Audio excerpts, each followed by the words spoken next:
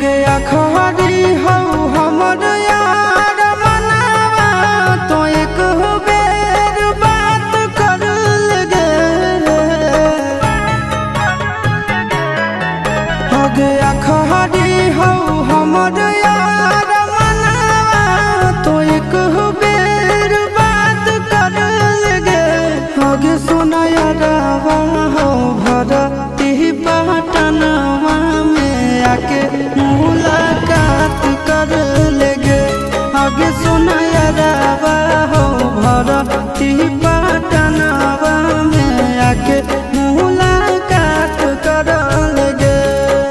आगे चली जाइबौ छोड़ी के दुनिया विदाई अपने हाथ कर लेगे।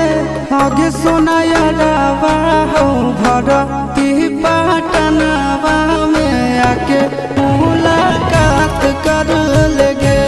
आगे सुना यारवा हो भरती पटनवा में आके मुलाकात कर लेगे।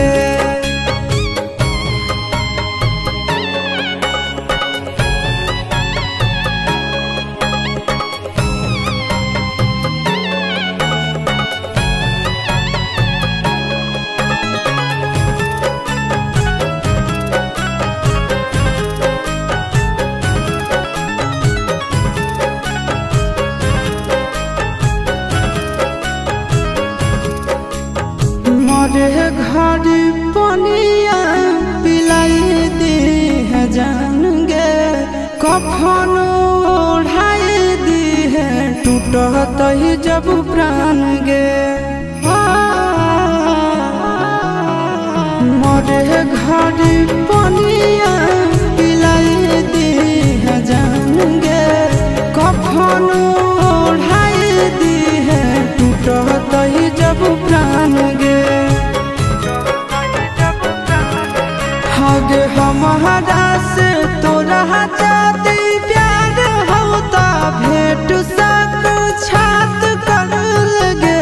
हगे सोना यारवा हो भरती पटनवा में आके मुलाकात कर लेगे। हगे सोना यारवा हो भरती पटनवा में आके मुलाकात कर लेगे।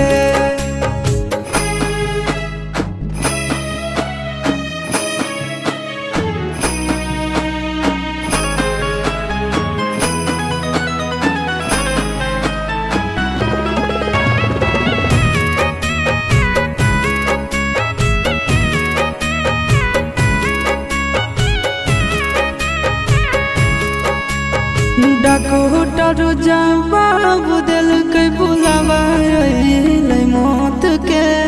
देखी के चेहरा जानू चल जाई है लौट के। डॉक्टर जवाब दिल के बुलावा मौत के।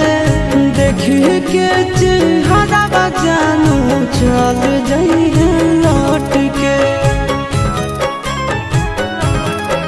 आगे अमन आलम गेला आशीष नंदन से औरी विश्वासघात कर लगे। आगे सोना यारवा हो भरती पटनवा में आके मुलाकात कर लेगे।